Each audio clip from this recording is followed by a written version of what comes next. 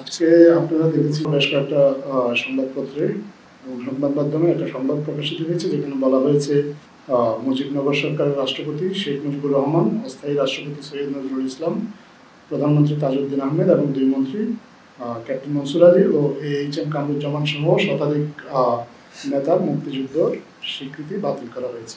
এই খবরটি সম্পূর্ণ মিথ্যা, ভুয়া, ভিত্তিহীন এবং বিভ্রান্তিকর। আমরা ইতিমধ্যেই গতকাল যে প্রজ্ঞাপনটা সরকার থেকে ইস্যু করা হয়েছে সেটা আপনাদের সাথে শেয়ার করেছি। আপনারা এটা যদি একটু মনোযোগ দিয়ে পড়েন তাহলে আপনারা নিজেরাই বুঝতে পারবেন যে এই খবরটা ভিত্তিহীন।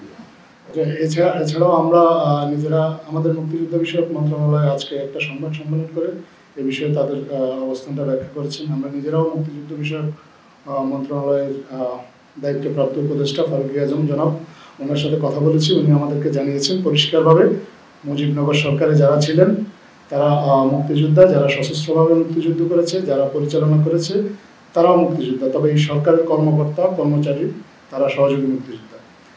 তিনি জানান জাতীয় মুক্তিযোদ্ধা কাউন্সিল অধ্যাদেশ অনুযায়ী স্বাধীন বাংলা বেতার কেন্দ্র সহ কূটনীতিকরা সহযোগী মুক্তিযোদ্ধা। সহযোগী মানে এই নয় যে তাদের সম্মান ক্ষুণ্ণ করা হয়েছে। তিনি জানান 1972 সালে মুক্তিযুদ্ধের যে সংজ্ঞা ছিল সেটাই বাস্তবায়ন করা হয়েছে। 2018 ও 2022 সালে এটা পরিবর্তন করা হয়। মুক্তিযোদ্ধা ও মুক্তিযুদ্ধের সহযোগী দুইয়ের সম্মান, মর্যাদা এবং সুযোগ সুবিধা একই থাকবে। এটা আমাদেরকে মুক্তিযুদ্ধ বিষয়ক উপদেষ্টা জনাব ফারুক আজম নিশ্চিত করেছেন। আমরা এ বিষয়ে যেসব সংবাদ মাধ্যম ভুল বিভ্রান্তিকর সংবাদ প্রকাশ করেছেন, আমরা আশা করব তারা তাদের ভুলটা সংশোধন করবেন। ঠিক যেখানে তারা ভুল সংবাদটি ছাপিয়েছেন ঠিক একই জায়গায় তারা তাদের সংশোধনী প্রকাশ করে তারা তাদের পাঠকদের কাছে দুঃখ প্রকাশ করবেন এবং আমাদের বাংলাদেশের মানুষ যাদেরকে তারা বিভ্রান্ত করেছেন এই ভুল সংবাদ দিয়ে তাদের কাছেও দুঃখ প্রকাশ করবেন।